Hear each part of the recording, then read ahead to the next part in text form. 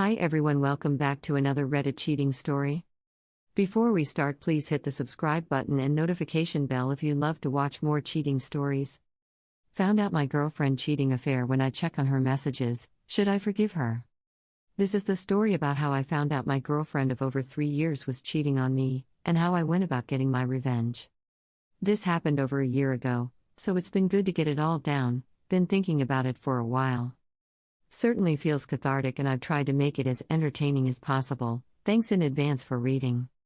I suppose firstly I should start by telling you how I met my girlfriend and what she came to mean to me.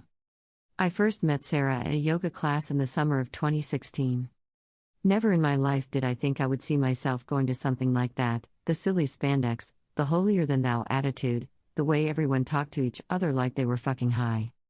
It's not something I ever imagined myself doing, but when I hurt my back after falling from a first-floor roof at work, I decided to give it a shot on the recommendation of my back masseuse, and found a hall in my city doing beginner yoga classes. When the day to go came and I walked through the door, I instantly stuck out like a sore thumb. Everyone was standing around talking, dressed to the nines in their best yoga gear, while I sauntered in wearing bog-standard shorts and t-shirt, looking like someone from a cowboy flick walking onto a sci-fi movie set. I immediately wanted to about turn and leave, of course, but the woman doing the class seen the look of pure terror in my eyes and came up to me and said hello. I told her why I was there, and that I didn't feel very comfortable, but she insisted that I should give it a try, as she thought it would help my back problems, and if not, well, no harm, no foul. I felt better at that point, and thought fuck it, might as well try and get my money's worth, even if I do end up looking like a diseased pretzel.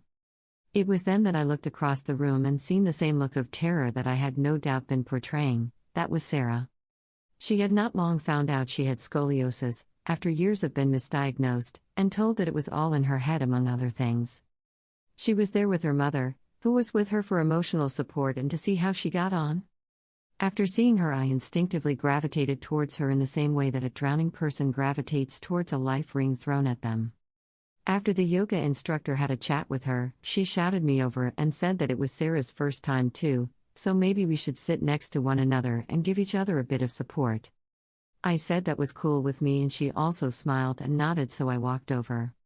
We hit it off right away. My emotions went from a bit of embarrassment to serious amusement as we both attempted to fit in with the rest of the class. After the class was over, we were still talking away, and I felt a genuine connection and butterflies in my stomach. And as we said goodbye, we caught each other's gaze, and she smiled at me with a purity that for the first time in my life made me feel weak at the knees. I wouldn't have went back in a million years had I not met her, but I decided to go the next week, and when I walked in the door, I got those butterflies in my stomach again and was hoping to see her face, but she wasn't there. As I was sitting there, I felt this feeling of pure dread and was sat thinking, what the fuck am I even doing here? I felt this sadness that was hard to describe. It kinda reminded me of when I went to this holiday caravan park when I was about 12 with my gran and cousins, and there was this big center with pool tables and amusements and all that stuff. I remember seeing this girl there every night for a week, and I instantly fell in love with her. Didn't say a fucking word to her right enough, but psyched myself up so that I was gonna try speak to her on the last night at the disco, but when we went down she wasn't there. I'll never forget that feeling of sadness as we went home. That girl had walked out my life, and she probably didn't even know she walked into it. I felt the same aching sadness when I didn't see Sarah. I knew nothing about her, had no way of contacting her, and felt this surreal sadness that was hard to quantify. About 4 months later, I was working on a roof repairing a truss damaged in a storm when we decided to stop for a break. As we made our way back to the van, the house owner came out and asked us if we wanted cups of coffee. We accepted, and she came out with coffee and biscuits. As soon as I seen this woman, I just knew her face from somewhere, but couldn't for the life of me place her. It wasn't until that night, after racking my brains, that I realized it was at that yoga hall I had seen her before, and it was Sarah's mother. The next day I was back finishing the job, and the same thing happened. We stopped for a break, went down towards the van, and the woman came out asking if we wanted some coffee. After we finished up, I took the cups and biscuit wrappers back, and as I was passing them over to her, I asked how her daughter was and was she still having back problems. She looked surprised but smiled at me and said yes, then asked how I knew her. I replied that I'd spoke to her at a yoga class months back. She laughed and said she remembered me now. I then gave her a card with my number written on it and asked if she could maybe get her daughter to text me as I wanted to get back in touch with her. Shoot my shot, I thought, wish I fucking hadn't now. I got a text message that night from Sarah asking how I was and that she had looked for me again at the yoga hall but I wasn't there. Turned out she had went back the week after me as she thought it was bi-weekly. We met up soon after, really hit it off again, and after 8 months she moved in with me. She was funny, smart and sweet, as well as being the most uniquely beautiful person I'd ever met. She had a whimsical beauty to her, pointed ears and defined features. She reminded me of ACL for something. I truly thought I'd found my soulmate. She had moved into my home and everything was going great guns. She was on disability and got personal independence payments, and was getting steroid injections for her scoliosis, which along with painkillers and exercises were keeping her pain at bay. We would alternate the cooking, while she done the cleaning, and took care of our cat Mitzi. I was also making good money, so we were in a comfortable position financially. When I got back from work, we'd always be doing things like going out walks or the like, just always in each other's company. It was at this point I was seriously contemplating proposing to her. Things changed around Halloween 2019. Our sex life was always very active, but there were times when she occasionally wasn't up to it, and I was fine with that. We'd work around positions that were comfortable for her due to her back problems, but I'd say in general, she had a high sex drive. Well, around October she started complaining a lot about her back hurting more, especially just before the times we'd usually go to bed together. Anytime we did have sex after that, it wasn't passionate or intense, it felt like we were going through the motions. She started complaining while we were in the middle of it, so at that point it'd stop, of course. I started feeling really sexually frustrated, but I was positive that it was just a blip, and that we'd get through it together. Thing is, she seemed fine in other aspects of her life, she seemed happy. The first real red flag for me came in December when she completely stopped showing me affection. She just became cold towards me. She seemed repulsed when I put my arms round her or tried to take her hand. She was the one who was so touchy-feely, hands and hair, constant reaffirming touches, kisses and cuddles.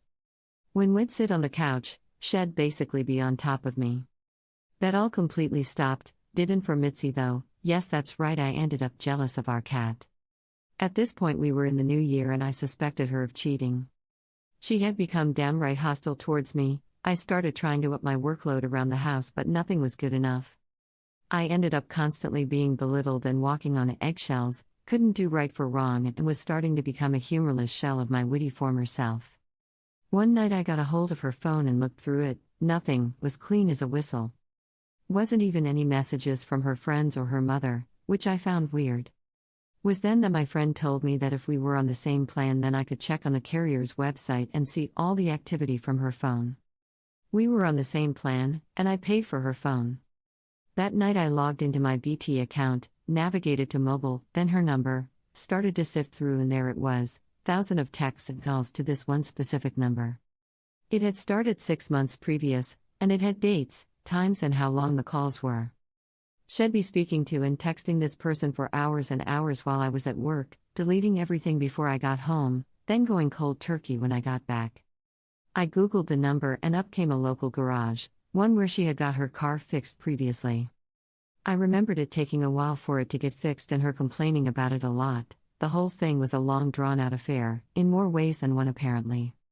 At this point I was ice cold. I already had got it into my head she was having an affair, so getting it confirmed was more of a relief than anything else. I wanted to catch her in the act, rather than have her attempt to gaslight me and squirm out of the circumstantial, so I found out everything I could about this guy. I found out where he lived, that he had a young wife and child, found out what car he drove, even walked in asking about prices so I could look this guy in the eye and get a measure of him. His name was Carl with a K. I knew the affair was physical for lots of reasons, but the fact that their phone calls and texts stopped dead from 1 to 2 each day said to me that was the time they were meeting up. I came up with all sorts of silly plans, to loan my friend's car and sit at the end of the street, then wait till she drove out, then follow her to the place she was meeting this guy and jump out the car while they were in the act like surprised motherfucker. There were too many variables in that though, and I'm no private detective. One day I decided to drive by his garage about 1:30 and her car was just sitting there, and the place was locked up, so mystery solved. I was at this point at the end of my tether, and ready to just tell her that I knew everything and get the fuck out my house, when she asked if it would be okay to go away to a spa place for the weekend, alone. She said she was depressed with everything, with her back being so much worse, that this place would be great to help with that, with all the things she could do. That she could come back refreshed and like a new person. She was right about that, 'cause I didn't know who the fuck this was standing in front of me anymore. Obviously she wasn't going there alone, if she was even going there at all. This would be a dirty weekend away with this guy. I said fine, now I had a new plan, and this would be the last fucking thing I'd do for her. If you're thinking this is all too much of a kerfuffle, then you're right obviously, but my position is I wanted revenge, and I wanted to get her back with some style. I didn't just want to have her cry and gaslight me for days, then leave on her terms, with me the bad guy. I would be the bad guy, but it would be my terms she'd be leaving on all right. The Friday came and the spa was 100 or so miles down the road, so she decided to get a train. I jokingly asked her if she couldn't find something more local, umming and ohing followed till I told her I was only kidding. I got off work a couple of hours early and took her into the train station. Despite her protests she would get a taxi, as I wanted to see her off. We drive in, and as I'm looking for a place to park, you wouldn't guess whose car I spot? That's right, Carl with a K. I think fuck it, I'm gonna have some fun and make her squirm, so I park up directly next to him. They're right next to each other door to door, and she immediately becomes uneasy, not knowing where to look, and pretending to look for something, trying to draw out the moment, and the atmosphere is razor sharp at that point. What happened next genuinely caused me to do something out with my plan. She started to silently giggle. You know when you go to church or someone dies, or you go to church 'cause someone dies and something funny pops into your head? And it becomes mental torture, desperately trying to think of something else and stop yourself from laughing maniacally? Well, she's desperately trying not to laugh, and pretending not to notice. She's tapping her hand on her trouser leg, and from the corner of my eye I can see him, with his head on the fucking steering wheel. She actually lets out a laugh, then quickly disguises it as a cough and starts clearing her throat. I start doing the whole tapping of back thing, and I'm just thinking to myself, I can't wait to get you back. See, we all go through life being the butt of the joke at least once, whether it be passive-aggressive work colleagues or when you get up and try and do a talk at school with a face redder than the devil himself. But you never expect that shit from people who are supposed to have your back, even if you are conspiring against them at that point. I helped her into the train station with her things, made sure she had her bearings, said goodbye and walked away. By the time I got out, Carl with a K's car was nowhere to be seen, so I went back home, composed myself and carried out my plan. My plan was simple but effective. I started by having a locksmith come out to change the locks. I then proceeded to pack all of her clothes and belongings into bin bags and put it round the side of the house. On Friday night, with the noise of her laughing at me ringing in my ears, I'd done something I never imagined I could do. I took Mitzi's litter tray, walked round the side of the house with it, opened the bin bag with Sarah's belongings in it and threw it in, gave the bag a good shake, then tied it up again. The way I seen it at the time was that it's cause and effect in action. She caused me to effectively put cat shit in with her things. If you're thinking I'm an asshole, then you're probably right. I'll never win any awards for being nicest neighbor on the block. If I don't like you within 5 minutes of meeting you, I probably never will, and the only time I'd ever take out your trash is if you are the trash. If you do break through those barriers, though, I think I am a loyal, caring person. I didn't do anything to deserve being cheated on, except maybe putting cat litter in with her things, but that was after the fact. I spent the Saturday in a mire of depression, answering her texts with the only energy I could muster, which wasn't a lot. I complained of a severe headache from a hangover I never had, and the texts dwindled.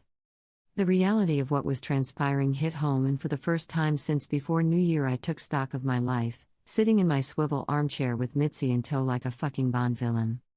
Sunday came and I was ready to execute the final part of my plan. Firstly, I drove to Carl with a K's house and put a letter through his door. It was addressed to his wife and basically said in block capitals, "Important Carl with a K's wife's name, open immediately."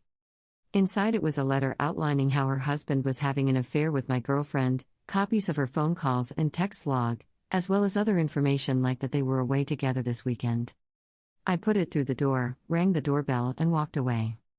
Got in my car and drove for a minute, then parked up again. Then I phoned Sarah. I genuinely can't remember a lot of what I said to her, but it was something along the lines of, Me asking how everything was going, she started to gush about how much she enjoyed herself, that she feels like a new woman and that she could maybe see herself doing it 2 or 3 times a year, to blow off the cobwebs, certainly to blow something. At this point I blurt out, "How's Carl?" Her yapping stops dead, silence fills the air until she finally says, "Who's Carl?" I reply, "Carl, with a K." I then proceeded to tell her that I knew everything, that it changed the locks and all her stuff was round the side of the house. Instead of being apologetic, she goes on a thunderous diatribe, blaming me for everything, basically stabbing me in the back while complaining that my backbone was blunting her blade. At the end I told her how her stuff smelled of Mitz's poo and hung up. I blocked her number and didn't see hide nor hair of her until the Wednesday. When I came back from work, she was sitting on the doorstep, all the bags had been moved. I ignored her, walked round the back, let myself in the back door and locked it behind me. Haven't spoken to her since, although she's made her attempts, including a letter. In regards to Carl with a K, I don't know what happened between him and his wife. I do know that he said it wasn't personal to a friend of mine. That made me angry, like, is that supposed to make it better? Someone saying something isn't personal just means it isn't personal to them, it was to me. If someone smashes through your front room in a 4x4 obliterating everyone you've ever loved, is it easier to get over if they didn't personally mean it? Is it easier to pick up the pieces and put them back together again? No. I heard that COVID hasn't been kind to his business though, but you won't catch me shedding no tears for that, unless it's tears of laughter, that is. Thank you for watching. Let me know what you think in the comments below. Remember to subscribe and hit the notification bell.